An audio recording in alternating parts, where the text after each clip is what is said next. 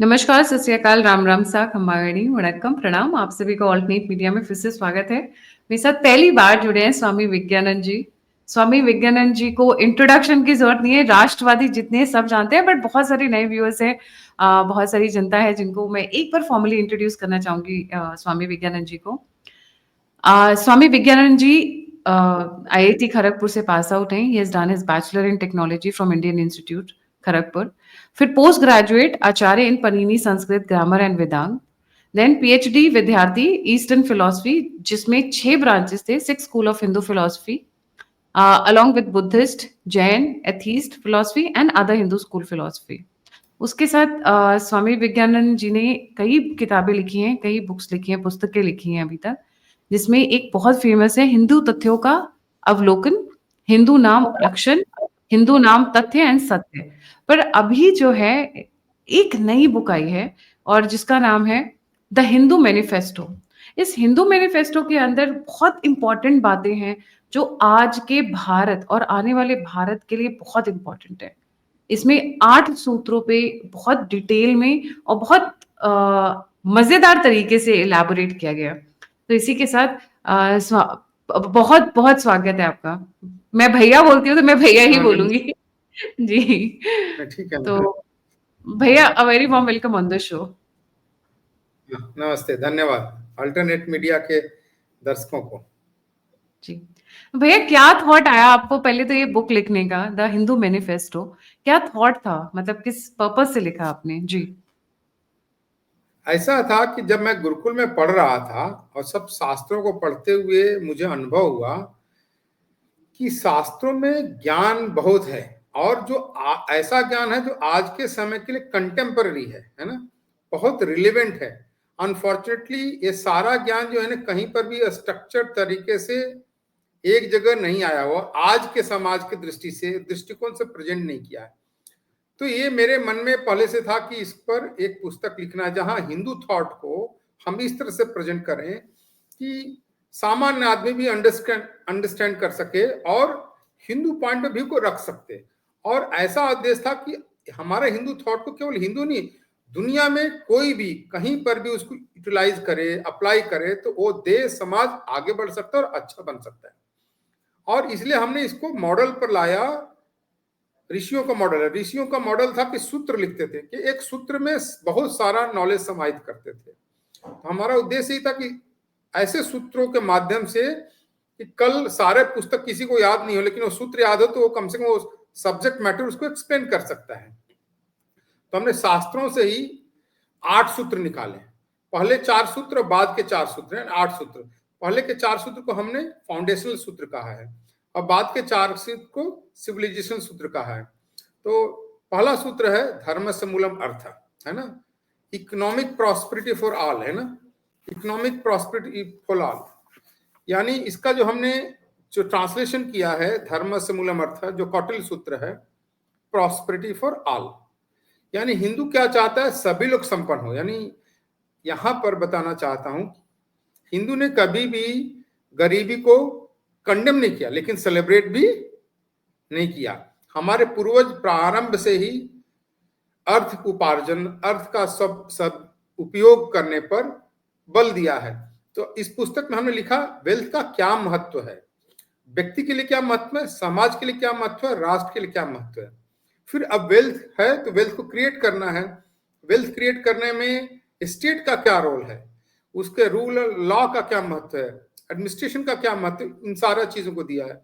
फिर हमने दिया हमारा हिंदू टैक्सेशन सिस्टम क्या था। देखो मैं आपको बता रहा हूं, मैक्सिमम टैक्सेशन सिस्टम आज भी दुनिया को रैशनलाइज करते उसको फॉलो करना पड़ेगा। कहता है मैक्सिमम टैक्सेशन 16% से ज्यादा नहीं होना चाहिए। फिर टैक्सेशन के बारे में कहता है कि किस रूप से टैक्सेशन लो। पहले चीज तो इंडस्ट्री के ऊपर कहता है कि पहले चीज तो समझो कि रॉ मटेरियल का क्या कॉस्ट है, ट्रांसपोर्टेशन का क्या कॉस्ट है, मैन्युफैक्चरिंग का क्या कॉस्ट है, उसका सेल एंड परचेज होगा, बिक्री होगा, उसका क्या कॉस्ट है, यानी मार्केटिंग वगैरह की बात करता है। फिर बिजनेसमैन का भी सर्वाइवल होना चाहिए, उसको देखते हुए, सब चीज को देखते हुए टैक्सेस लगाना चाहिए। फिर टैक्सेशन के बारे में क्या कहते हैं कि फार्मर के ऊपर 1% का इंटरेस्ट का टैक्स लगाना चाहिए। फिर शास्त्रों में कहते हैं कि बिजनेसमैन को कभी डिस्टर्ब नहीं करना चाहिए, बिजनेसमैन को अपना काम करते रहना चाहिए। ये भी कहता है कि बिजनेसमैन फार्मर दोनों रेस्पेक्टेड होने चाहिए। ये सब शास्त्रों की बात है, इंटरनेशनल ट्रेड की भी बातें हैं। ये मैं बता रहा हूं, ये सब महाभारत के अंदर, वाल्मीकि रामायण में, कौटिल्य अर्थशास्त्र में, सुकृत सार में लिखा हुआ, उसको एज ही चीज हमने उसको प्रेजेंट किया है। ये सारा प्रेजेंट करने के बाद फिर हमने ये भी दिया है कि शास्त्रों में लिखा हुआ अगेंस्ट हिंदू थॉट क्या, अगेंस्ट कैपिटलिस्टिक एक्सप्लॉयटेशन भी है। कहता है कि हिंदू को अलाउ नहीं करना चाहिए, किसी को ऐसा करने भी नहीं देना चाहिए कि कोई किसी को एक्सप्लॉइट करता है इकोनॉमिकली, क्योंकि इकोनॉमिकली आप एक्सप्लॉइट करते हो तो आप उसको डिस्ट्रॉय करते हो। तो मैं उसमें भी लिखा हूं कि जो लोग सोचते कि कम्युनिस्ट थॉट के बाद से ये सब थॉट प्रोसेस निकले, 5000 साल पुराना थॉट प्रोसेस है। और फिर चर्चा करने के बाद अंत में हम इस सूत्र के अंत के अंदर, चैप्टर के अंदर लिखा है कि भाई लोग कहेंगे भाई हिंदू लोग बड़ी इतनी अच्छी शास्त्रों की बात करते तो आप गरीब क्यों हो गए। तो हमने एंगुस मेडिसन का डेटा दिया कि देखो हिस्टोरिकली हमारी इकोनॉमी कितनी थी। फिर हमने दिया है विल ड्यूरा का फेमस किताब है केस फॉर इंडिया, और रमेश चंद्र दत्त की पुस्तक है the economic history of India, 2 volume का है। उसका समरी दिया है कि हम कैसे गरीब हो, कैसे अंग्रेजों ने हमें लूटा, है ना। तो ये पहला चैप्टर है। दूसरा चैप्टर है शत्रुंजय प्रजा रक्षा, ये दूसरा सूत्र है। दूसरा सूत्र है शत्रुंजय प्रजा रक्षा, ये भी महाभारत का है। इसका मतलब है डिफीटिंग एनिमी, डिफेंडिंग सिटीजन। नहीं, आपकी सैनिक शक्ति इतनी मजबूत होनी चाहिए कि शत्रु को पराजित कर सको, है ना, और अपनी जनता की रक्षा करो। इसके ऊपर हमने देखा इसका क्या महत्व है, आर्मी कमांडर कैसा होना चाहिए, कमांडर इन चीफ कैसा होना चाहिए, आपका सोल्जर कैसा होना चाहिए, उनकी ट्रेनिंग कैसे होनी चाहिए, आर्मामेंट, फोर्टिफिकेशन, उसके रिसोर्सेज, इंटेलिजेंस, सब चीजों का दिया, स्ट्रेटजी सबका इसके अंदर दिया हुआ है। ये दूसरा चैप्टर है। अब फिर अगर चर्चा करेंगे भी, आप इतनी डिफेंस के बारे में अवेयरनेस था हिस्टोरिकली समाज में, तो आप लॉस्ट क्यों हो गए, मुसलमानों से, अरब तुर्क मुगल से आप लोग, या यूरोपियन से आप गुलाम रहे। तो उसका भी हमने फेमस किताब है राम गोपाल मिश्रा की, Indian resistance to early Muslim invader, और सीताराम गोयल की किताब है heroic Hindu resistance to early Muslim invader. इन दोनों किताब पुस्तकों का समरी दिया हूं कि देखो हम जो हारे हैं, क्या हारे, वो मैं डिटेल में अगली बार मैंने आगे बताऊंगा, अभी जस्ट इंट्रोडक्शन दे रहा हूं। तो ये दूसरा सूत्र। तीसरा सूत्र नास्ति विद्या समम चक्षु, महाभारत का है, क्वालिटी एजुकेशन फॉर ऑल, कि देश समाज के हर जनता को, नागरिक को सर्वसुलभ अच्छी शिक्षा उपलब्ध होनी चाहिए। ये स्टेट का भी रेस्पॉन्सिबिलिटी है, समाज की रेस्पॉन्सिबिलिटी है। उनको केवल फिलोसफिकल एजुकेशन नहीं, उनको प्रैक्टिकल एजुकेशन देना चाहिए जिसको लाइवलीहुड अच्छा हो। शिक्षा होने के बाद आपको एम्प्लॉयमेंट की भी व्यवस्था करनी है। शिक्षा इसलिए आवश्यक कि जनता और समाज में क्रिटिकल थिंकिंग आ सके। तो इन सब चीजों का उस पर दिया है। अंत में हमने दिया है कि लोग कहेंगे लोग इतने बड़ी बातें करते हो शिक्षा की, लेकिन आप तो गरीब है, मैंने आप तो एक समय इलिटरेट हो गए थे, हमारी जनसंख्या बहुत बड़ी इलिटरेट थी। तो हमने एक फेमस किताब है ब्यूटीफुल ट्री, धर्मपाल जी का द ब्यूटीफुल ट्री, उसका समरी दिया कि कैसे अंग्रेजों ने, ब्रिटिश लोगों ने हमारे एजुकेशन सिस्टम को डिस्ट्रॉय किया। फिर एक चैप्टर अपेंडिक्स में दिया कि हमारे हिस्टोरिकल कितने बड़े बड़े तक्षशिला, नालंदा, उदयपुरी, विक्रमशिला, बल्लभी ऐसे विश्वविद्यालय थे, उनका क्या स्टेटस था, वो कैसे नष्ट हो गया। तो ये तीसरा सूत्र है। चौथा सूत्र है अब विश्व में लोकतंत्र अधिकार, ये शाकुंतलम का है। इसका बैकग्राउंड देखो कितना अच्छा है। इसका इंग्लिश ट्रांसलेशन क्या है, रेस्पॉन्सिबल डेमोक्रेसी। यानी गौतमी ऋषि, जो कण्व ऋषि की पत्नी है, गौतमी ऋषि कण्व की पत्नी है और ब्रह्मचारी, शकुंतला को लेकर दुष्यंत के दरबार में पहुंचते हैं। जब वो पहुंचते हैं तो उस समय दुष्यंत का दरबार जो बैठा हुआ था, कोर्ट न्यायालय जो भी राज दरबार, उठ गया, राजा विश्राम करने के लिए चला गया। तो वहां कंचुकी बोलती है, मान लो थोड़ा रिसेप्शनिस्ट जो भी है उनका, कहती है अरे आप लोग अभी अभी आए हो, राजा का कोर्ट तो ओवर हो गया, राजा विश्राम करने के लिए चला गया। फिर वो कहता है नहीं, अब इसरो में लोकतंत्र अधिकार, लोकतंत्र देखो वहां शब्द क्या यूज है, लोकतंत्र है। लोकतंत्र में आपका अधिकार है, राजा आएगा, उसको लोक काम में कोई विश्राम नहीं है। तो ये कितनी बड़ी बात है, ये सूत्र हमने दिया। फिर इसमें हमने दिया है हमारा हेड ऑफ स्टेट, जो किंग होता था, हेड ऑफ स्टेट होता था, उसका इलेक्शन होता था। फिर हेड ऑफ स्टेट की क्या क्वालिटी होनी चाहिए, हमने यहाँ पर मिनिस्टर की क्या क्वालिटी होनी चाहिए, इन सब चीजों को देने के बाद हमने दिखाया हमारे यहाँ डेमोक्रेटिक सिस्टम क्या था। राजा जो है या हेड ऑफ स्टेट है, इंडिपेंडेंट निर्णय नहीं ले सकता है, काउंसिल ऑफ मिनिस्टर के एडवाइस से इसको निर्णय लेना है। और यहाँ ये सारा चीज देने के बाद अंत में इसमें बताया हूं कि देखो हमारे यहाँ, मैं बार बार लोगों को बताता हूँ अपने लेक्चर में कि हमें मंथा सिंड्रोम से बाहर निकलना है। हमारे हिंदू समाज में क्या मंथा सिंड्रोम बहुत घुस गया है। मंथा सिंड्रोम क्या है, आप सब जानते हैं कि कैकेयी के पास मंत्रा जाती है न्यूज लेकर के कि राम का राज्याभिषेक होने वाला है। राम को बताती है, कैकेयी को मंत्रा बताती है राम का राज्याभिषेक होने वाले है। अब कैकेयी इससे खुश हो जाती है और अपना कंगन निकाल कर उसको दे देती है। तो मंत्रा का जो डायलॉग तुलसीदास जी ने अपने रामायण में लिखा है, तो कहती है कोई हो ही हमें क्या हानि, अरे मूढ़मती तुझे अकल नहीं है, राम राजा बने या भरत राजा बने, मेरा तो स्टेटस बिगड़ने वाला नहीं, मैं तो दासी हूं या सर्वेंट हूं, मैं सर्वेंट ही रहूंगी। वहां पर ये ध्यान देने की चीज है कि ये मेंटलिटी के कारण हमारे यहाँ कोई भी राजा बन जा रहा है ना, जिससे कि समाज हमारा डिस्टर्ब है। हमें चाहिए कि राजा हमारा, हेड ऑफ स्टेट हमारा जैसा समाज चाहे वैसा होना चाहिए। इसलिए इसका पॉलिटिक्स के ऊपर हिंदुओं को कंट्रोल होना चाहिए। इसलिए हमने इसको अपने दिया है महाभारत का, कहते हैं सर्वे विद्या राजधर्म युक्ता, यह राजधर्म है, पॉलिटिक्स सभी विद्याओं में युक्त है, इसके बिना सारी विद्या अधूरी है। सर्वे लोका राजधर्म से प्रविष्ट है, यह राजधर्म सभी लोकों में प्रविष्ट है, ऐसा कोई भी जगह है जो इससे खाली है ना। सर्वे धर्मा राजधर्म प्रधान है, सभी राजधर्म जो है सभी धर्मों में प्रधान है, क्योंकि सभी धर्मों को रेगुलेट, मॉनिटर, कंट्रोल करता है। तो हम हिंदुओं को पॉलिटिक्स का मास्टर होना चाहिए। अंग्रेजी में कहावत है ना, if you are not on the table then you are in the menu, है ना। तो हम लोगों को देखो बहुत देशों में हम पॉलिटिकल सिस्टम को कंट्रोल नहीं कर रहे थे। अभी पिछले 10 साल 20 साल में थोड़ा परिस्थिति बदली राम जन्मभूमि के कारण भारत में, लेकिन भारत से बाहर बहुत जगह ऐसा है कि हमारी जनसंख्या अच्छी है, हम पढ़े लिखे लोग हैं, प्रोफेशनल हैं, पैसा कमाते हैं, बिजनेस में भी है, लेकिन पॉलिटिक्स में हमारा इम्पैक्ट नहीं है। तो इसको हमने दिया है। और फिर अंत में इसका अपेंडिक्स में दिखा है राजाओं का हमारा इलेक्शन कैसे होता था। काशीपुर जायसवाल की फेमस पुस्तक है हिंदू पॉलिटिक्स, उसका समरी दिया हूं। अब ये 4 क्या है, फाउंडेशनल सूत्र है ना। कोई भी देश, मैं बोल रहा हूं कोई भी देश इनको यूज करेगा, अप्लाई करेगा, तो उसको क्वालिटी ऑफ लाइफ को, individual, society, nation as whole, वो इंप्रूव करता है। अब 5वां जो सूत्र हमने जो चर्चा की है वो अग्रएति युति हरियाणा, यानी 4 के जो ये सूत्र है ना बाद के, ये सिविलाइजेशन सूत्र है। यानी कोई भी समाज आगे बढ़ना चाहता है तो उनको इन वैल्यू सिस्टम के ऊपर खड़ा रहना पड़ेगा।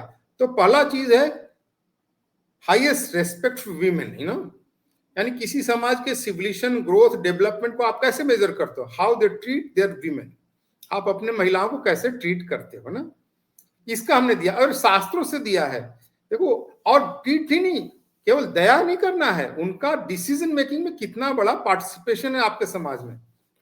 इसका एक बहुत क्लासिक एग्जांपल मैं देता हूं। सत्यभामा, इसी पुस्तक में दिया, सत्यभामा द्रौपदी से पूछती है कि पांडवों को इतना समय कहाँ है धर्म कर्म करने का, लेकिन वो बहुत धर्म कर्म करते हैं, क्या कारण इतना धर्म कर्म करते हैं। तो द्रौपदी कहती है कि मैं पांडवों की राज का एडमिनिस्ट्रेशन संभालती हूँ, उनका अकाउंट फाइनेंस संभालती हूँ, इसके कारण से पांडवों को इतना समय मिलता है धर्म कर्म करने का। इससे आपको पता चलता है द्रौपदी का डिसीजन मेकिंग में कितना इन्फ्लुएंस था, कितना पार्टिसिपेशन था। वो ऐसा नहीं कि जस्ट, अनफॉर्चुनेट क्या है कि बहुत सारे यूरोपियन विद्वानों ने कई जगह पर संस्कृत में महिला के लिए आया गृह कार्येषु दक्ष, शी इज हाउस होल्डर ना, हर चीज कमांड करती है। तो उसको उन लोगों ने expert in cleaning of utensils, बर्तन भांडे धोने में एक्सपर्ट बना दिया है। इसको कहते हैं अंग्रेजी में पॉलिटिक्स ऑफ ट्रांसलेशन। शास्त्रों में यह भी दिया हुआ है कि इनको पूरा स्वतंत्र है अपने वर चुनने का, स्वयंवर का भी वर्णन दिया है, सभी तरह का अपना पार्टनर चुनने का उनको पूरा अधिकार है, स्वतंत्रता है। फिर एक जगह तो ये कहा कि अनेक उदाहरण दिया, स्त्री अवध्या, किसी भी स्थिति में स्त्री को मारना नहीं चाहिए, उसकी हत्या नहीं करनी चाहिए, रिस्ट्रिक्शन दिया है। और एक जगह तो पांडव ही कहते हैं अपने भाइयों से कि देखो ये द्रौपदी हमारी पत्नी तो है, लेकिन हमारी बड़ी बहन की तरह से है, ये पंडिता है, विद्वान है, और इसलिए माता की तरह से इसका रेस्पेक्ट होना चाहिए। इस तरह की सारे चीजों का हमने वर्णन दिया है, और उनके सारे अधिकारों का हमने सारा वर्णन दिया। एक जगह तो महाभारत में दिया है कि हाईएस्ट रेस्पेक्ट फीमेन की बता रहा हूं कि कहते हैं उपाध्याय दशाचार्य कि 10 टीचर से बड़ा एक प्रिंसिपल है, 100 प्रिंसिपल से बड़ा एक फादर है और 1000 फादर से बड़ा एक मदर है। ये सब शास्त्रों का हमने उसमें दिया है उसका। और तो मौत इसके अंदर महत्वपूर्ण जो चीज क्या है कि हमने ऋग्वेद में जो 28 महिला ऋषियों को वर्णन है कि इससे बड़ा कोई भी समाज रेस्पेक्ट नहीं दे सकता कि हमने ऋग्वेद में बृहद देवता के अनुसार 28 ऋषियों का वर्णन है। वो सभी महिला ऋषि है ना, उनके हमने मंत्रों को दिया है कि देखो कितना बड़ा उनका कंट्रीब्यूशन है नॉलेज क्रिएट करने में भी, है ना, हाईएस्ट लेवल पर, और उनको ऋषि की उपाधि दिया है। तो ऐसे 25 ऋषियों के मंत्रों को ढूंढ करके वहां पर ऋग्वेद कर दिया हुआ है। तो ये महिलाओं का। और फिर अंत में इसका हमने अपेंडिक्स में सभी जो ऋग्वेद की जो महिलाओं के द्वारा जो ऋषियों का जो मंत्रों का वर्णन उसको अपेंडिक्स में हमने दिया है। अब पहला महिला के बाद फिर हम आगे बढ़ते हैं। तो महाभारत का ही एक श्लोक है, एक वनस्तदालोक, ये है नहुष संवाद का है। वो चर्चा करते हैं कि आदिकाल में कोई वर्ण जाति नहीं था, वर्तमान में वर्ण आदि हो गया, लेकिन भविष्य में कोई वर्ण नहीं रहेगा। एक वर्ण तदालोक, इसका हमने दिया नॉन डिस्क्रिमिनेटरी सोशल सिस्टम, है ना। अब देखो इस चैप्टर में हमने वर्ण का क्या मतलब है शास्त्र के। आजकल लोगों ने, यूरोपियन लोगों ने वर्ण का अर्थ कलर कर दिया, नहीं सवर्ण और अवर्ण करके ना समाज में डिवाइड करके, जो आजकल यूरोपियन लोग इसको बांट रहे हैं, उसका हमने वर्णन किया। वर्ण मैं डिटेल में बाद में करूंगा, ये इसका हमने इसमें वर्णन किया है। फिर दूसरी चीज है इसके अंदर डीकंस्ट्रक्ट किया कर्ण वाला इशू, जो मैं अगले चैप्टर में इस पर डिस्कशन होगा तो मैं बताऊंगा। 7वां जो चैप्टर है, जो सूत्र भी है, 7वां सूत्र है सर्वम शांति, शांति मंत्र यजुर्वेद का है, यानी केयर फॉर नेचर। इसके अंदर हमने दिखा है कि हमारे नदी, पहाड़, वाटर बॉडी, हवा, पानी को कैसे शुद्ध रखना चाहिए, है ना। जानवरों को नहीं मारना चाहिए, नॉन किलिंग द एलिमेंट। हमारे यहाँ रिजर्व फॉरेस्ट की बात है, नेशनल फॉरेस्ट की बात है, अभ्यारण्य की बात है, इन सब चीजों का वर्णन। और एक जगह तो महाभारत में बड़ा डिटेल में कि कहता है पौधों में कैसे प्राण है, कैसे में स्पर्श है, सुगंध है, ग्रोथ है, उसको मैंने आजकल बॉटनिकल टर्म में लिख करके हमने एक्सप्लेन किया है। और 8वां जो चैप्टर है माता भूमि, ये अथर्ववेद का है, माने respect for the land and patriotism. जब तक जो भी देश समाज की जनता अगर देशभक्त नहीं होगी तो देश कभी आगे नहीं बढ़ेगा। इसलिए हमने माता भूमि पुत्रम पृथिव्या वाला जो पूरा सूक्त है, नदी जिसको पृथ्वी सूक्त कहते हैं, उसको भी दिया है। और सबसे बड़ी चीज इसके अंदर दिया सोकल, जो आजकल आर्यन द्रविडियन बकवास करते हैं तमिलनाडु से, या आर्यन विजन थ्योरी के बाद ये सब जो रेशियल डिवाइड में भारत में करते हैं, उसका हमने वर्णन दिया है कि देखो इस प्रेजेंट जनरेशन में हम जो हिंदू है ना, राजर्षि द्रविड़ेश्वर के वंशज हैं। जो ये जो अभी वैवस्वत मनु है, जिनके हम लोग वंशज हैं, वैवस्वत मनु उत्तर भारत में पैदा नहीं है, दक्षिण भारत में पैदा, उनका नाम ही है सत्यव्रत मनु, और उनके नाम के आगे राजर्षि द्रविड़ेश्वर, तो हम उनके वंशज हैं। उस सेंस में तो हम लोग सभी ओरिजिनली द्रविड़ी कहे जाएंगे। द्रविड़ का अर्थ है ज्योग्राफिकल टर्म है ना, साउथ। फिर इसमें हमने ये भी ज्योग्राफी दिया है कि भारत की कितनी बड़ी ज्योग्राफी थी, हमारा कितना बड़ा सेक्रेट ज्योग्राफी था। हमने ये भी दिया कि मानधाता के राज्य में भारत की सीमाएं कहां तक थी, चीन भी हमारे अंडर में था, यहाँ तक कि ईस्ट अफ्रीका, नॉर्थ अफ्रीका, ये सब भारत के क्षेत्र, ये मिडिल ईस्ट, सेंट्रल एशिया सब हमारे क्षेत्र में था।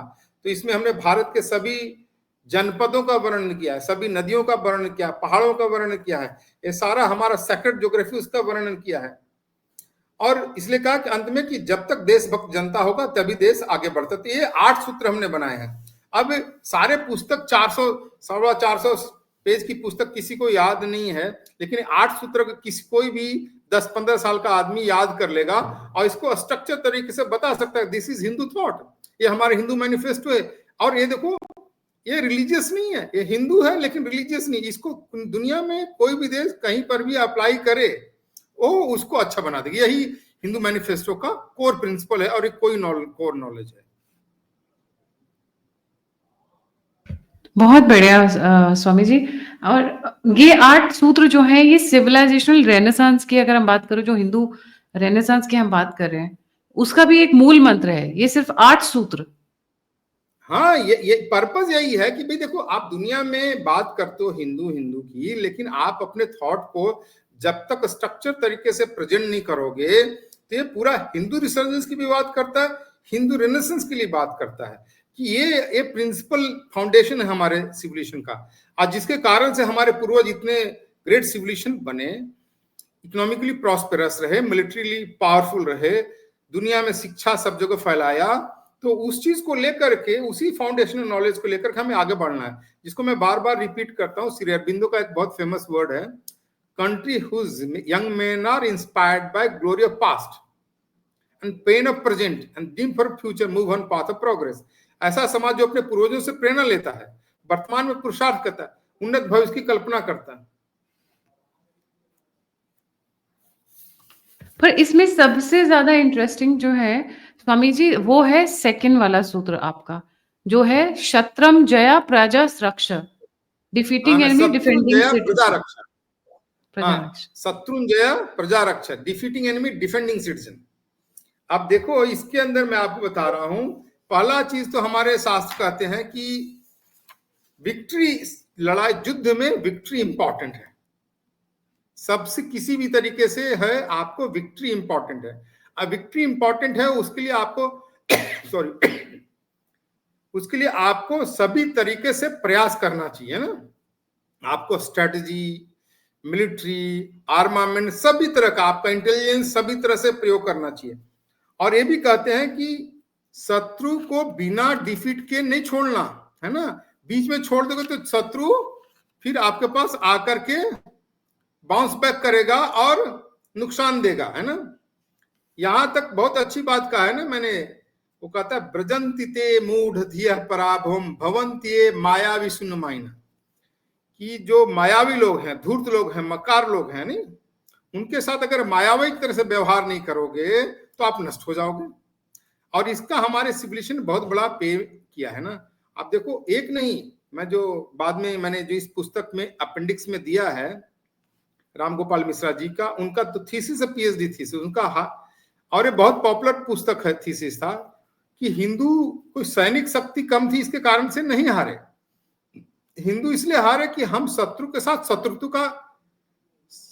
साथ शत्रुता वाला व्यवहार नहीं किए, हमने टूर्नामेंट वाला व्यवहार किया। नहीं, जैसे आपस में राजा लड़ते, भारत में क्या होता था, आपस में राजा लड़ते थे, जो हार गया वो उसके अंडर में आ गया और उसको टैक्स देता था, इतना ही होता था, जनता को कोई नुकसान नहीं होता था। यही जनता हमारे लोगों ने नहीं समझा। विदेशी जो आया, उसके धर्म, उसकी मजहब, उसका सब थॉट प्रोसेस अलग था। एक बार हमने हरा दिया, वो दोबारा आया, उसको भी हरा दिया, हमने छोड़ दिया दोनों बार। अगर हम पृथ्वीराज को उदाहरण देखिए, अगर गौरी को हराया था उसी समय मारकर नष्ट कर देता तो गौरी की क्षमता नहीं होती, लेकिन गौरी दोबारा प्रिपेयर्ड होकर के आया। अब प्रिपेयर्ड हो गया, फिर हमने सेना लेकर चले गए, हम तो हराने के मूड में, हमने अपने ताकत पर हमने सामर्थ्य था, लेकिन गौरी ने क्या कहा, देखो भाई हम लड़ने नहीं आए हैं, अभी हमने पत्र भेजा अपने भाई के पास कि जब तक उधर से लेटर नहीं आता तब तक हम लड़ाई नहीं करेंगे। तो हमारे लोग रिलैक्स हो गए। अब उसने सुबह सुबह अर्ली मॉर्निंग 4 बजे अटैक कर दिया, जब हमारे लोग काल टू अपने नेचर के लिए जा रहे थे, शौच के लिए जा रहे थे, उस समय पृथ्वीराज चौहान को पकड़ लिया, है ना। तो क्या ऐसा क्यों हुआ कि हमने शत्रु के साथ शत्रुता का व्यवहार भूल गए। इसलिए हमारे कहा है शत्रु के साथ स्ट्रेटजी, सभी तरीके का स्ट्रेटजी का प्रयोग करना चाहिए। जब शत्रु को कहता है, शास्त्र में इसमें दिया कि शत्रु को कभी शरण नहीं देना चाहिए, जब वो वीक हो तो कभी शरण नहीं देना चाहिए, जब वो मौका मिले उसी समय स्ट्राइक करना चाहिए। तो ये इन सब इस चैप्टर के अंदर बहुत डिटेल में दिया हुआ है।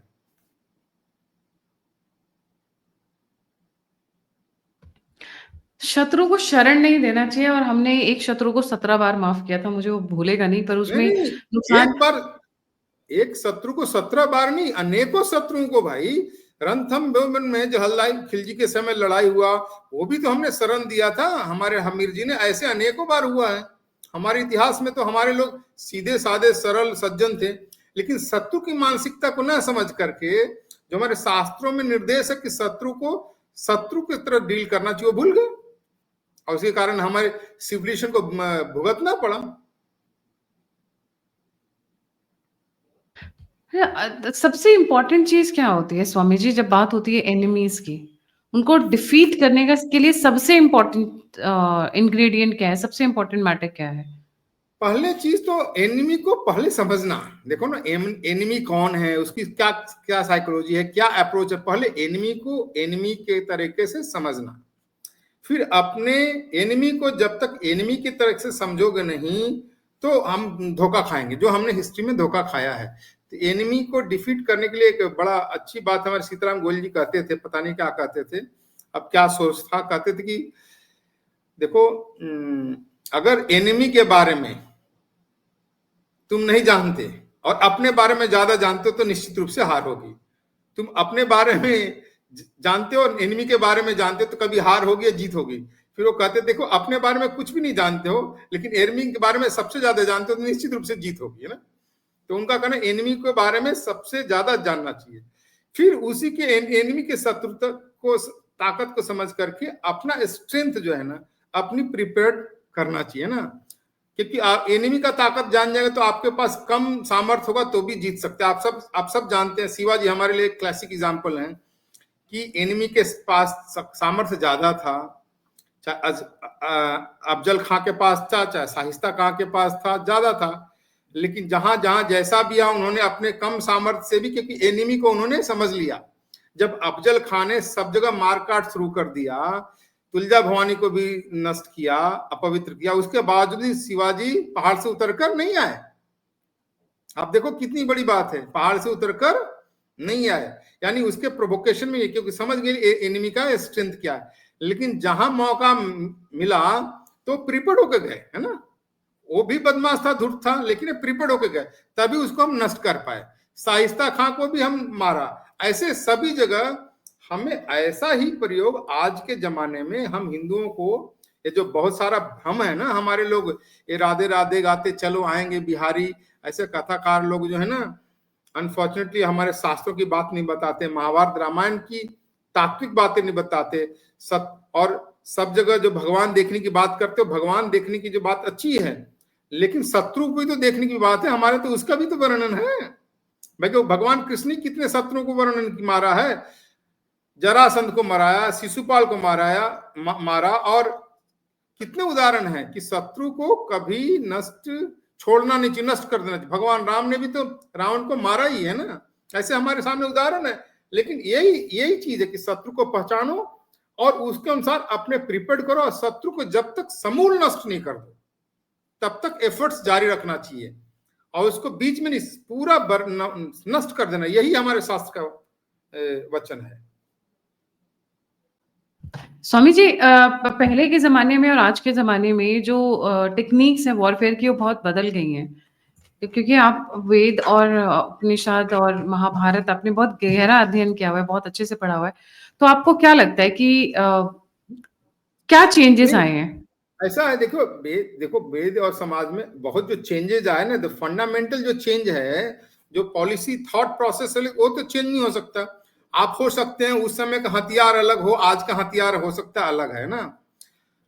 आज का टेक्नोलॉजी अंतर है, ये इन सब चीजों में तो बहुत अंतर आया। लड़ाई के वारफेयर के टेक्नोलॉजी में, टेक्नोलॉजी के कारण स्ट्रेटजी, और स्ट्रेटजी के कारण जो फोर्टिफिकेशन, ये सब में तो अंतर आया है, लेकिन बेसिक प्रिंसिपल में अंतर नहीं आया है कि शत्रु को आइडेंटिफाई करना, शत्रु को वीक जब हो उस समय स्ट्राइक करना, शत्रु को नष्ट करना, और अपनी ताकत को मजबूत करके मित्रों को मित्र ढूंढना, एलाई बनाना, ये जो प्रिंसिपल है आज भी एज इट इज है। केवल अंतर आया है कि आपके हथियार, टेक्नोलॉजी बदल गया, हथियार का यूज बदल गया, लेकिन द प्रिंसिपल देखो महाभारत के अंदर लिखा हुआ है कि आपके ऐसे बड़े बड़े हथियार हैं, उनका प्रॉपर स्टोरेज होना चाहिए, है ना। अगर प्रॉपर स्टोरेज होगा तो युद्ध में बहुत लाभकारी होते हैं, नहीं तो ये विनाशकारी भी होते हैं ना। प्रिंसिपल आज भी अप्लाई एज इट इज है, प्रिंसिपल में चेंज नहीं हुआ है। हाँ, टेक्नोलॉजी के कारण जो आर्मामेंट हथियार हैं, इंस्ट्रूमेंट, उसके अंदर बदलाव आया है। आप इंस्ट्रूमेंट में बदलाव आया, but what about the psychological warfare और नैरेटिव वॉरफेयर?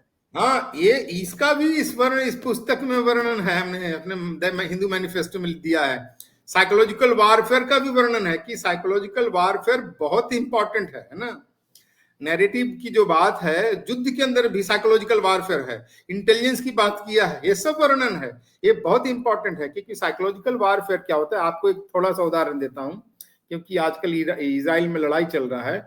1947-48 में जब इंडिपेंडेंस के समय इजराइल की लड़ाई चल रहा था, तो एक एरिया था जिधर अरब लोग बहुत प्रिपेयर्ड होके आए थे, हाँ, लेकिन यहूदियों के पास कोई आर्मी वगैरह नहीं था। तो उनका जो डेविड बेन गुरियन, जो उस समय उनके प्रधानमंत्री थे, उन्होंने मोशे दयान को वहां भेज दिया। तो मोशे दयान के पास कुछ भी नहीं था, तो उसने खाली ट्रक डेजर्ट में कहा कि सब राउंड लगाओ, है? अब खाली ट्रक इधर से उधर राउंड लगाने लगे, तो इसी इतना धुआं बवंडर मचा, तो इन लोगों को लगा ये अरब जिनके पास बड़ी आर्मी थी कि भाई इन्होंने तो बहुत बड़ा आर्मी लेके आ गए हैं, तो साइकोलॉजिकल बाहर गए। रियलिटी क्या था कि यहूदियों के पास कोई आर्मी नहीं था, केवल खाली ट्रक थे, है ना, और उनके पास बड़ी आर्मी। तो स्ट्रेटेजम और का तो बहुत बड़ा महत्व है, और साइकोलॉजिकल वारफेयर का तो बहुत ही बड़ा महत्व है, इसलिए और रहेगा। ये सब ये फाउंडेशनल प्रिंसिपल है लड़ाई के। अच्छा, एक लास्ट क्वेश्चन पूछूंगी, स्पेशली एनिमीज और उसके बीच में जब बात होती है, इंटेलिजेंस नेटवर्क ज्यादा जरूरी है या हथियारों का जखीरा ज्यादा जरूरी है? नहीं, आपके लिए ऐसा किसी भी चीज को आप इग्नोर नहीं कर सकते। कहते जब आर्मी लड़ाई होती है ना, तो आर्मी के लिए क्या कहते हैं कि एक चीज नहीं, पहले तो आर्मी को चाहिए इन्फेंट्री चाहिए, है ना। इन्फेंट्री के साथ साथ उसके लिए पीछे अकेले इन्फेंट्री मर जाएगी, लेकिन बिना इन्फेंट्री के लड़ाई नहीं जीतगी, इन्फेंट्री भी चाहिए। फिर कहता है कि आपके पास आर्मर्ड डिवीजन होना चाहिए, है ना, आर्मर्ड डिवीजन को सपोर्ट करने आर्टिलरी होना चाहिए, फिर सप्लाई कोर होना चाहिए, सर्विस कोर होना चाहिए, सिग्नल कोर होना चाहिए, इंटेलिजेंस कोर होना चाहिए, है। तो इंटेलिजेंस बहुत बड़ा है, क्योंकि ये आर्मी के अंदर इंटेलिजेंस, मिलिट्री के अंदर इंटेलिजेंस बहुत बड़ा चीज है, और उतना ही बड़ा फैक्टर हथियारों का जखीरा है। इंटेलिजेंस नहीं तो आप मारे जाओगे, है ना। और केवल इंटेलिजेंस है और हथियारों की तैयारी नहीं है, तो इंटेलिजेंस लेके भी आप नहीं कर पाओगे। इसलिए दोनों का बड़ा महत्व है, जहां जहां जैसी लड़ाई। इसलिए इसको कहते हैं, सारा चीजों से जब इक्विप्ड होता है ना सेना, तो उसको मैकेनाइज्ड आर्मी कहते हैं। तो हम हिंदू समाज को आज के समय में मैकेनाइज्ड आर्मी की तरह से लड़ना होगा, है ना। हम लोगों को इकोनॉमी फ्रंट पर भी मजबूत करना होगा कि आज भी हम 4-5% वर्ल्ड इकोनॉमी है, बहुत बड़ी इकोनॉमी नहीं है। वर्ल्ड के 16-70% वर्ल्ड पॉपुलेशन है, तो कम से कम वर्ल्ड का 16-70% इकोनॉमी होना चाहिए।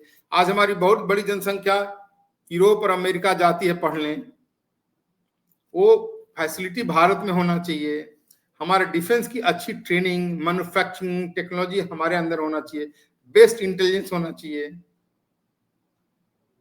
हमारा लीडरशिप के अंदर कैपेबिलिटी होना चाहिए, लीडरशिप कैपेबल होना चाहिए।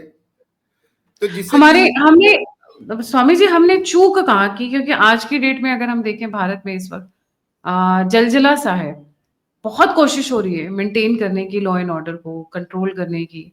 भारत में राइट्स किसी भी वक्त शुरू किए जा सकते हैं, ऐसा नैरेटिव टूल भी बनाया गया, टूल किट भी बनाया गया। अभी देख लीजिए, वक्त पे देख लीजिए, बांग्लादेश यूएन जाने की धमकी दे रहा है, ढाका मार्च करने की तैयारी चल रही है। आप वेस्ट बंगाल में देख लीजिए, मुर्शिदाबाद, मालदा, बहुत सारे डिस्ट्रिक्ट्स में, स्पेशली जो बांग्लादेश बॉर्डर पे है, वहां पे पूरा चल रहा है। केरला में अभी तक शुरू नहीं हुआ है। मैं काफी सरप्राइज हूँ कि केरला में कैसे शुरू नहीं हुआ है, बट बैंगलोर, हैदराबाद, दिल्ली, कई जगह प्रोटेस्ट चल रहे हैं। और ये प्रोटेस्ट को एक ऐसे यूं लगता है जब ये वायलेंट हो जाते हैं। गलती कहाँ हुई है हमारी, जिससे हमें सीखने की जरूरत? हमारे यहाँ जो गलती क्या हुई है, देखो 1857 तक हमारा समाज लड़ता था। 1857 के बाद अंग्रेजों ने एक आर्म्स एक्ट बनाया, जिसको कहते 1871 का आर्म्स एक्ट। मैं आज भी कहता हूँ कि आर्म्स एक्ट हटना चाहिए। आर्म्स एक्ट लगाया क्योंकि उनको लगा कि ये तो समाज लड़ने वाला है ना। अभी तो पूरा देश यूनाइटेड नहीं था भाई, थोड़ा सा यूपी, थोड़ा सा बिहार, थोड़ा सा मध्य प्रदेश, यही तो लड़ा था। मैं मेनली मैंने थोड़ा यूपी, बिहार, मध्य प्रदेश, यही तो 1857 में लड़ा, और अंग्रेजों की जड़ें हिल गई। उसको लगा सारा देश अगर लड़ता तो हम कब के उखाड़ दिए जाते। ये क्यों था कि हमारे यहाँ शस्त्र रखने की, शस्त्र का उपयोग करने की प्रैक्टिस होती थी, पूजा होती थी ना। तो हमें सबसे पहले अंग्रेजों ने क्या किया, डिजार्म कर दिया, है ना, 1871 में आर्म्स एक्ट बना करके। और जैसे ही क्रांतिकारी लोगों ने इसका विरोध करते हुए रिवोल्यूशनरी मूवमेंट शुरू किया, बंग के समय से, यानी उससे भी पहले चाफेकर बंधु, या उससे भी पहले वासुदेव बलवंत फड़के, इन सब से शुरू हुआ क्रांतिकारी मूवमेंट आगे बढ़ा, जिसमें हिंदू समाज में साहस, शस्त्र की दोबारा प्रयोग शुरू हुआ। ऊपर से गांधीयन डॉगमा आ गया। गांधीयन डॉगमा ने ऐसा हिंदू समाज का पलीता लगाया कि बर्बाद कर दिया। और देश स्वतंत्र होने के बाद उसी ब्रिटिश लॉ को आज भी कंटिन्यू किए हुए हैं ना। भगत सिंह ने इस पर लिखा है कि आर्म्स एक्ट हटना चाहिए। यहां तक कि कांग्रेस ने भी लॉ मैंने रेजोल्यूशन पास किया स्वतंत्रता से पहले, हमें आर्म्स एक्ट हटना चाहिए, क्योंकि आर्म्स एक्ट के बिना हथियारों के अर्बन समाज का डरपोक पैदा हो जाता है। घर में चाकू सब्जी काटने के अलावा, सब्जी काटने वाले चाकू के अलावा कोई हथियार नहीं होता। क्योंकि शस्त्र का प्रयोग नहीं करोगे, उसका उपयोग नहीं करोगे, तो आपके अंदर साहस नहीं आएगा। मिलिट्री में क्या उसका प्रयोग करता है, प्रैक्टिस करते, इसलिए साहस है। तो हमारा मिस हो गया कि हमें, जैसे अमेरिका में लोग, भले ही हमें लोग मुझसे नाराज होंगे, लेकिन मैं उसका सपोर्ट करता हूँ। जैसे ना राइफल एसोसिएशन अमेरिका में ना, हथियार सबको रखने का अधिकार है। हमें भी आर्म्स एक्ट हटाना चाहिए। सबको, हिंदू लोगों को हथियार रखने चाहिए। और अगर जब तक आर्म्स एक्ट नहीं होता तो अपने लीगल हथियार की भी व्यवस्था करनी चाहिए। और जब तक उसका उपयोग नहीं करोगे, प्रयोग नहीं करोगे, तो फिर आप पुलिस के ऊपर डिपेंडेंट हो जाओगे ना। और पुलिस को कोई ज्यादा रक्षा नहीं कर सकती है। आज भी देखो दुनिया भर में होता है, सब कुछ होने के बाद ऐसा नहीं है कि यूरोप अमेरिका में भी हो जाता। अभी जर्मनी में देखा ना क्या हुआ। तो हिंदू, हमारी जो सबसे पिछड़ापन रह गया, मार खा गया कि हमने शस्त्रों का उपयोग छोड़ दिया। अब हमारे यहाँ बम फूट जाते हैं ना, लोग मरे जाते, तो हमारे अर्बन एलिट जो है ना, लिबरल लोग कैंडल लगा करके जलाने जाते हैं। यही हमारा सबसे बड़ा डिफीट है। इसका मतलब हथियारों को हमसे छीन लिया गया, हमको एक तरीके से नपुंसक बना दिया गया। हथियारों को तो हमसे छीन लिया गया ना। इस चीज को तो गांधी जी ने भी कहा है कि first you have disarm us and now you are telling us to fight, है ना। पहले तो आपने हमसे हथियार छीन ले लिए, हमसे निहत्था बना दिया, और अब कहते हैं लड़ो, है ना। तो ये चीज है कि हमें आज जो भी जैसे भी हो, हिंदुओं को अगर आज के समय में हथियारों का प्रयोग करना चाहिए, उसके लिए लीगल जो भी मीन है, उन हथियारों को एक्वायर करना चाहिए। और मैं तो आज नहीं, डे वन से 30 साल से बोल रहा हूँ कि आर्म्स एक्ट हटना चाहिए। देखो, आज भारत को अगर सुरक्षित करना है तो आर्म्स एक्ट हटा दो। देखो, हिंदू लोग इतने सक्षम है, हथियार खरीद लेंगे, और हथियार खरीद के उसका उपयोग भी जान लेंगे, और फिर शत्रुओं से निपट लेंगे। फिर दंगा फसाद करने वाले को अच्छी ठुकाई करने में की क्षमता रखते हैं। आपने बहुत बड़ी बात बोल दी है। बहुत सारे लोग नाराज हो जाएंगे इस बात से कि आर्म्स एक्ट आएगा, वायलेंस बढ़ेगा, बच्चे खरीदेंगे, ड्रगिस्ट खरीदेंगे, क्रिमिनल्स खरीद लेंगे, आम जनता। तो आपको नहीं लगता over a period of time Hindu समाज को, स्पेशली जो हिंदू मैन हैं, उनको उनकी पुरुषार्थ को छीन कर उनको आजकल लड़की बनाने जैसा तैयारी चल रहा है? ऐसे कम, मतलब वो, सॉरी मैं थोड़ा सा डिविएट कर रही हूँ स्वामी जी, क्योंकि ये एक बुक का शायद एक इंपॉर्टेंट हिस्सा भी हो, इस पे थोड़ा सा ध्यान दीजिएगा। लड़के आजकल लड़की बनने की कोशिश कर रहे हैं और लड़कियां आजकल लड़का बनने की कोशिश कर रही हैं। मैं आपको बताऊं, हमारे यहाँ लड़कियां, महिलाएं भी बड़ी बहादुर हुआ करती थी। ये तो आज हमारे पूरे अर्बन समाज को, क्या लड़का क्या लड़की, दोनों को डरपोक बना दिया गया। घरों में विजयादशमी के हथियार कौन निकालता था, कौन सफाई करता था, कौन पूजा करता, सब महिलाएं करती थी। हमारी महिलाएं तो बहुत निर्भीक हुआ करती थी, और इन सब लड़ाई वगैरह में साथ देती थी। ये तो पिछले समय से क्या हुआ है कि ये कुछ थोड़ा बॉलीवुड का इफेक्ट है, और कुछ जो बॉलीवुड में डांस, ड्रामा, सेक्स, क्राइम, इन्हीं सब चीजों को के कारण से समाज को वीक बनाया जा रहा है ना।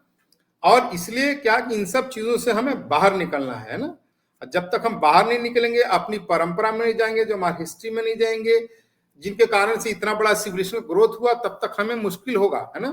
ये मैं, लोग मुझसे भले ही नाराज हो, लेकिन ये फैक्ट्स है कि अगर कोई पढ़े, आर्म्स एक्ट अंग्रेजों ने क्यों लगाया। आर्म्स एक्ट में सबसे पहले औरंगजेब ने लगाया था, अंग्रेजों से पहले। उन्होंने लिखा था हिंदू पगड़ी नहीं बांधेगा, तो गुरु गोविंद सिंह ने महाराज ने कहा तुम पगड़ी बांध, हमारे सिख हर समय पगड़ी बांधेंगे। वो बोलता था हथियार नहीं रख सकते, तो उन्होंने कंपल्सरी के सब हथियार लगाए रखेंगे, है ना। ये सब उनके उसका विरोध में था। उन्होंने कहा घोड़े पर नहीं चढ़ सकते, तो हमारे बोले कि हमारे निहंग 2-2 घोड़े पर चलेंगे। ये था गुरु गोविंद सिंह का, है ना, उसको चैलेंज करना। आज भी आज जो मैं आपको बताना चाहता हूं कि जिसको लोग मुझसे नाराज होंगे उनको समझना चाहिए, देखो जो हमारे शत्रु लोग हैं, जो विधर्मी लोग हैं, हमारे मजहबी लोग हैं, वो तो उनके ऊपर नियम कानून नहीं लगता, वो तो हथियार का प्रयोग करते हैं, अवैध रूप से रखे हुए हैं। जो सो कॉल्ड हम सिविलाइज्ड अर्बन डरपोक लोग हैं वो हथियार नहीं रखते, तो नियम कानून का वो पालन करते हैं, विक्टिम वो बनते हैं। इसलिए सबसे बड़ा उदाहरण देता हूं, अगर कलकत्ता राइट हुआ था, जो ग्रेट कलकत्ता किलिंग कहा जाता है, डायरेक्ट एक्शन, अगर गोपाल पाठा जैसे और वो सारे ग्रुप नहीं होता तो हम कलकत्ता भी भारत में नहीं होता। इसलिए आवश्यक है कि इन सब जो लॉफ्टी बातों से बाहर निकल करके हमें प्रैक्टिकल बनना होगा, क्योंकि जो लोग नियम कानून को नहीं पालन करते उनके पास तो हथियार है ही, जो नियम कानून का पालन करते हैं उनके पास नहीं है। तो आप देखो ना, ऑड फाइट है ना, और सब चीज स्टेट नहीं कर सकते। इसलिए मैं तो आज नहीं 25 साल से कहता हूँ कि हिंदुओं को हथियार रखना चाहिए, जगह जगह सैनिक क्लब बनाने चाहिए, मिलिट्री क्लब बनाना चाहिए, ये शूटिंग क्लब, राइफल क्लब बनाना चाहिए, लीगली जितना संभव हो सब करना चाहिए। जी अंत बिल्कुल में सही। मैं आपको थोड़ा और बताना चाहता हूं, जो चैप्टर 6 के अंदर जो हमने चर्चा की है, चैप्टर 6 में देखो हमने 6 में बताया है कि वर्ण का मतलब क्या है ना, शास्त्रों से ब्रिय वर्ण है, इसका अर्थ है आप कुछ एक्सेप्ट करते हो, वर्ण का अर्थ है आप कुछ एक्सेप्ट करते हो। इसका दो अर्थ लिखा है कि कर्तव्य धर्म को आप एक्सेप्ट करते हो और अधर्म को और पाप को छोड़ते हो, ये वर्णन है ना, ये ओरिजिनल मीनिंग है वर्ण का। और तो ये पता चलता है वर्ण हमारे बाय बर्थ कभी था ही नहीं, है ना। दूसरा चीज हमने वर्ण किया, जाति का मतलब, देखो दूसरा वर्ण के जाति का मतलब क्या है, हमारे यहाँ जात्यंताच्छ बंधुनी, बंधुत्व अर्थ में जाति से जातीय बनता है ना। तो हमारा जाति शब्द क्या है, जन्म का बोधक नहीं है। जाति शब्द किसका बोधक है आपको बताऊं, आकृति का बोधक है। न्याय दर्शन का सूत्र आकृति जाति लिंगाख्या, ये इमेज बनता है। जैसे कहते हैं ना गौ, गाय हमने बोला तो गौ का हमारे यहाँ इमेज बना है ना, तो उसके जाति का बोध हो जाता है। फिर कहता है समान अपना जाति, अगला सूत्र है। लोगों ने ट्रांसलेशन क्या कहते हैं, प्रसव, प्रसव मैंने बाय बर्थ बना दिया, जबकि यहाँ प्रसव का अर्थ है बुद्धिया प्रसूत, समानम बुद्धिया, बुद्धि में प्रसव होता है ना, इमेज बनता है, तो उसको जाति का है। फिर हमारा जाति केवल आदमी,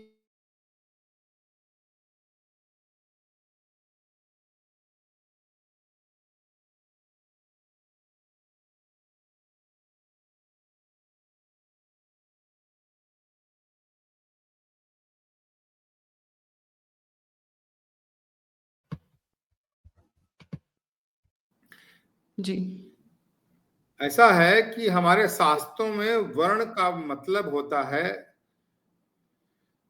ब्रियो वर्ण, पाणिनि का धातु पाठ है, उसका रूट है ब्रिय वर्ण, कि आप किस चीज को एक्सेप्ट करते हो। तो वहां दो चीज है, कर्तव्य और धर्म को एक्सेप्ट करते हो वो वर्ण है, और फिर अकर्तव्य पाप से दूर जाते हो वो वर्ण है। ये वर्ण का हमें मतलब है। तो और ये सोशल ग्रुपिंग में लार्जर ग्रुपिंग है ना, आप समझ रहे, ये हमारे वर्ण का मतलब है। लेकिन यूरोपियन लोगों ने वर्ण को कलर के रूप में कर दिया, इसको यूरोप में जो प्रैक्टिस करते रेशियल थिंग उसको हमारे यहाँ भी डाल दिया। इसको मैंने इसके अंदर डिकंस्ट्रक्ट किया है और उनको रिफ्यूट किया है। और दूसरी चीज हमारा जाति की जो बात है, हमारा जाति क्या है, जाति बाय बर्थ नहीं, हमारे यहाँ जाति को कहा है आकृति जाति लिंगाख्या, न्याय दर्शन का सूत्र है, आकृति से बोध होता है जाति का। यदि गौ बोले तो गौ का इमेज हमारे मन के अंदर आता है ना। उसके अगला सूत्र है उसी के अंदर, समान प्रसवात्मिका जाति, कि समान रूप से जो प्रसव होता है ना।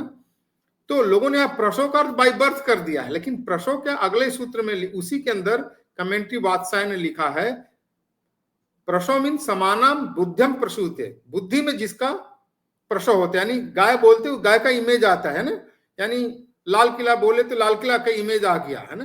तो ये जिसकी बात करते हो उससे जाति बनता है। तो यहाँ जैसे पशुओं की जाति है, मनुष्यों की जाति है, फिर हमारे शास्त्र में कहा है कि अप्राणी लोगों की भी जाति होती है। अप्राणी लोग, पाणिनि का सूत्र जाति अप्राण्य नाम, जैसे उस समय खाने की, जैसे रसगुल्ला है, काला जामुन है ना, तो बोला धाना सस्कुली, तो ये दोनों की एक जाति है, इसलिए खाने धाना सस्कुली एक जाति की हो गई। आरा शस्त्री काटने वाली टूल है सॉरी काटने वाली टूल्स है, तो इनकी एक जाति है। तो आप समझ रहे कि जाति इस सेंस में नहीं है जैसा हमारे लोगों को इम्पोज कर दिया। फिर बाद में एक शब्द है जातीय, क्या है? जात्यंताच बंधुनी, पाणिनि का सूत्र है, इसका बंधुत्व अर्थ में जाति बनता है। इसलिए आप देखोगे बांग्लादेश जातीय पार्टी, आदि बांग्लादेश वाले कहते जातीय पार्टी, बहुत जगह जातीय का अर्थ होता है नेशनल। मुझे आज ही डिस्कशन हो रहा था, तो लोग कहते हैं कि प्रांत वाले अपने आप को राष्ट्र बोलते हैं, तेलंगाना राष्ट्र समिति है ना, प्रांत वाले अपने आप को राष्ट्र बोलते हैं, और हम नेशनल वालों को जातीय बोलते हैं, हमें बोलते हैं जातीय ऑफिस बियरर ना। तो जातीय इस सेंस में है ना, लेकिन प्रॉब्लम कहां हुआ है कि गुजराती में एक शब्द ज्ञाति, ज्ञाति का वंश और कुल है ना, तो ज्ञाति को लोगों ने जाति में ट्रांसलेट कर दिया या ट्रांसफर कर दिया, क्योंकि प्रोनाउंसिएशन में बहुत ज्यादा अंतर नहीं है। ये सबसे बड़ा प्रॉब्लम हुआ है। इसलिए हमारे जाति जो है ना जन्मना है नहीं, बाय बर्थ नहीं है। हमारे यहाँ क्या ऐसा है कि किसी भी कुल में आप पैदा हुए, जन्म ले गए, फिर अपने बाय प्रोफेशन के अनुसार आप अपना ग्रुपिंग बना लिया ना, समान ग्रुपिंग, दैट बिकम योर जाति। और फिर वो जाति मल्टीपल तरह की जाति एक बड़े ग्रुपिंग में चले गए ना, जैसे कारपेंटर, बड़े लुहार, सपोज मान लो एक ग्रुपिंग है ना, एक प्रोफेशनल ग्रुपिंग है, ये एक ग्रुपिंग में चले गए, तो वो बड़ा सा ग्रुपिंग बन गया, एक उनकी वर्ण बन गया ना। जैसे इंटेलेक्चुअल जो एकेडमिक काम है, तो कोई टीचर है, कोई प्रोफेसर है, कोई साइंटिस्ट है, ऐसे लोगों ने अपना अपना, और इसमें कोई एक घर से नहीं, अलग अलग डिफरेंट पुल से लोग आते हैं, ग्रुपिंग में पार्ट होते हैं, और फिर वो बड़े ग्रुपिंग में के भी पार्ट हो जाते हैं, जिसको छोटे, जिसको कहते हैं ना, जैसे हमारे यहाँ बोलते हैं स्टेट लेवल के चैम्बर हैं, पहले डिस्ट्रिक्ट लेवल के चैम्बर ऑफ एसोसिएशन होते हैं, फिर वो स्टेट लेवल के बनते हैं, फिर वो नेशनल लेवल के बनते हैं, जिसको फीकी को क्या बोलते हैं, federation of chamber of commerce and industry है ना।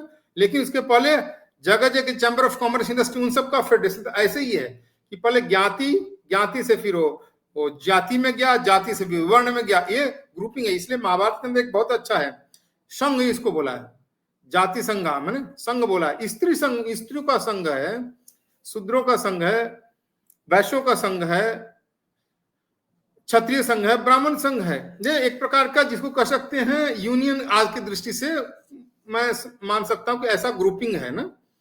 और इसलिए हमारे इसी के अंदर हमने वर्ण किया, शूद्र शब्द खराब अर्थ में हमारा नहीं लिखा हुआ है, हमने तो ये भी लिखा है अश्विनी कुमारों तो शूद्र स्मृति, अश्विनी कुमारों को शूद्र बोला, जो कि हमारे प्रिजाइडिंग डेटी है, आयुर्वेद के फिजिशियन, आयुर्वेद के देवता है ना, उनको कहा है शूद्र।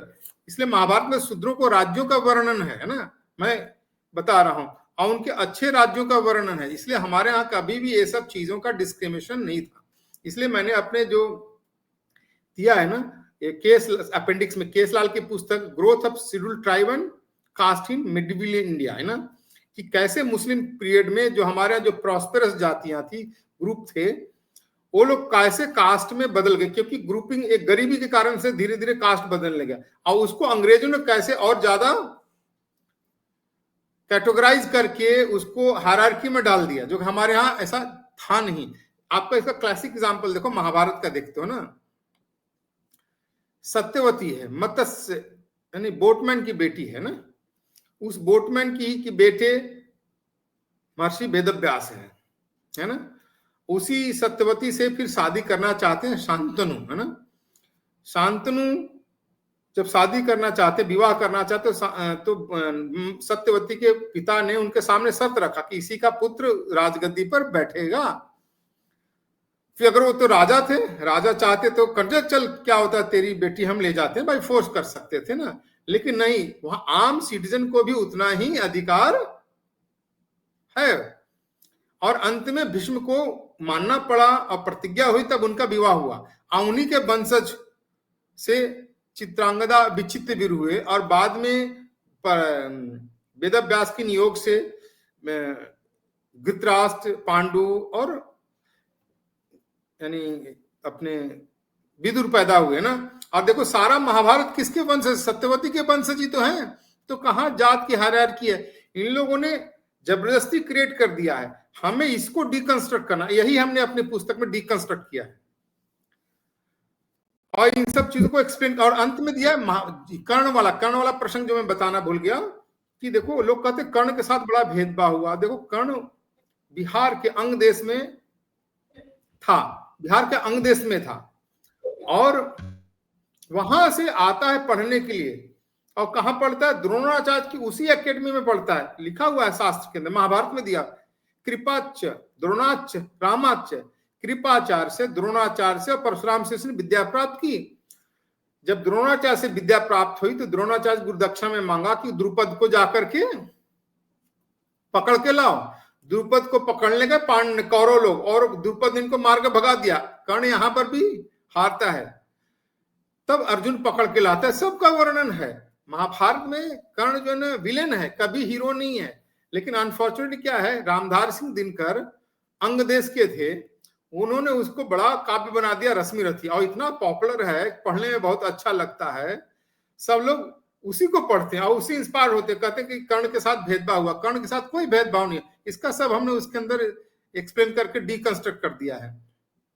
तो ये इस सूत्र का वर्णन। और अंत में हमने जो माता भूमि की बात की, रेस्पेक्ट फॉर द लैंड, हमने लोगों को अपनी सैक्रेड ज्योग्राफी को याद दिलाया। ये याद करो कि हमारा कितनी बड़ी सीमाएं थी, आज हमें श्रिंक हो गए ना, हमारा सिंकिंग एंड श्रिंकिंग दोनों होगा, टेरिटोरियली और न्यूमेरिकली। जनसंख्या भी घट गया, क्षेत्र भी घट गया।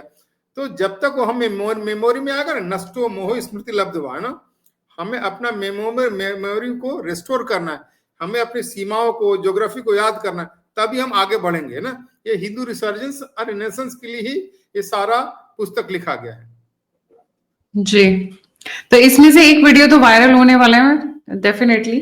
स्वामी विज्ञानंद जी कह रहे हैं कि आर्म्स एक्ट हटाना चाहिए, and I actually support that, but with little bit of vigilance. Actually वो बहुत इंपॉर्टेंट है, क्योंकि मेरा पूरा फोकस इस वक्त आज वो तो देखो मेरा अगेन प्रिंसिपल बात है कि देखो जो नियम कानून के नहीं मानते वो तो हथियार का प्रयोग करते ही करते हैं, है ना। जो नियम कानून को पालन करते वो हथियार का प्रयोग नहीं करते। जो नियम कानून का नहीं पालन करते वो हथियार का प्रयोग कर रहे हैं, इलीगली जो है। और जो नियम कानून का पालन करते वो हथियार का प्रयोग नहीं कर पा रहे, क्योंकि है नहीं। इसलिए ऑड फाइट है। अगर इसको स्टेट मैनेज नहीं कर सकता, जब सिविल वार होगा, लड़ाई होगा, जब तक जो नियम कानून के पालन करने वाले उनके पास भी हथियार होना चाहिए ना। ये तभी हो सकता है जब आर्म्स एक्ट हटे। और ये सबको पता है, जब अंग्रेजों के बहुत सारे नियम कानून को आपने हटा दिया है ना, अब तो भारतीय न्याय संहिता बन गई है, तो उसको भी हटा देना चाहिए था ना।